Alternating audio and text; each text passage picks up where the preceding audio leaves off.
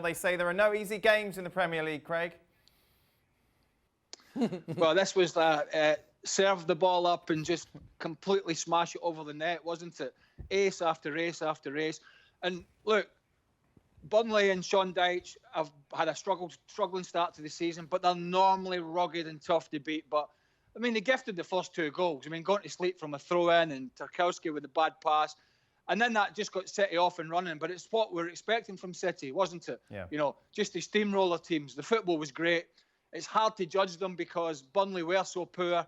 But I suppose got some game time for John Stones, which was a surprise.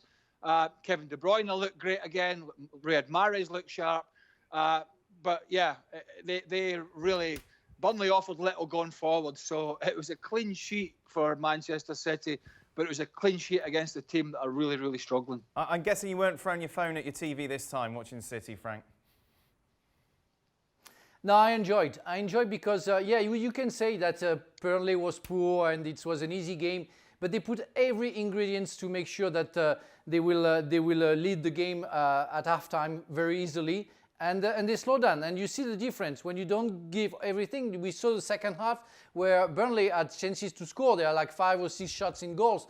So it means everything about City. They did everything. They played 100%. They were absolutely fantastic. I enjoyed the game. I saw goals. I saw kicks. I saw everything that I want to see from big players, top players like I saw. I even saw Mendy scoring a goal after 4 years at Manchester City. Great. Meanwhile, what's happened to Everton, Craig? Losing 1-0 today at home against Leeds. Yeah, I think aspirations got a little bit high there, and you know, at the start of the season, made some good signings, but really, you know, to go to where people thought they were going to go from where they were last year, it was a big ask, and you know, it's just the ideas have just dried up a little bit. James has gone a little bit quiet, and you know, I think if they get themselves around, you know, 6th, 7th, or 8th, that's probably where I think they're going to be, but. They were completely outplayed by Leeds, by the way, whose movement was brilliant. Left themselves almost 2 against 2 at times at the back, particularly early on. Full-backs getting forward, controlled the middle of the park.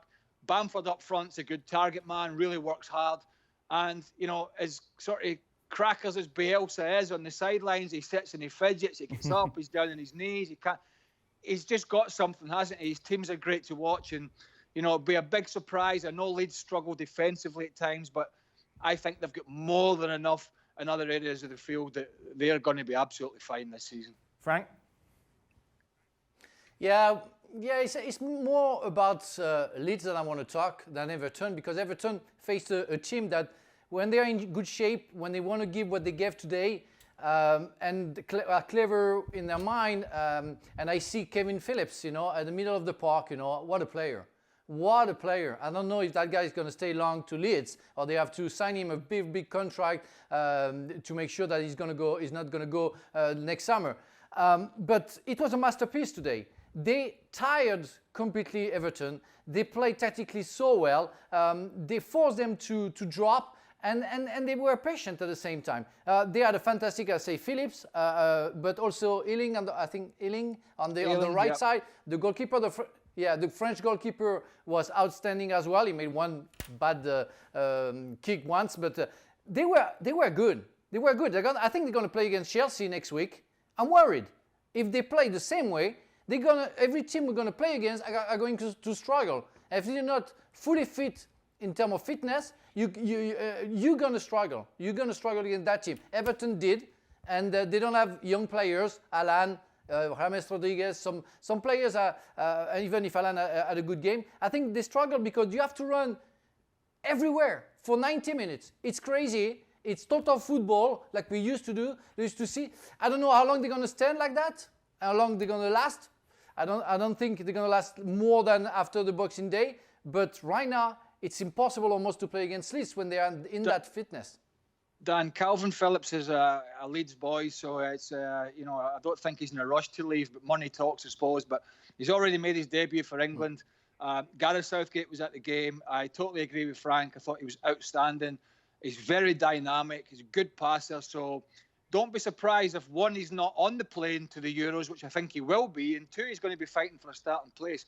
But to go back to Everton, the one thing I'd say about Ancelotti is I struggle to see him making real in-game changes when things are going against him. At times, Everton have become a bit of a one-trick pony.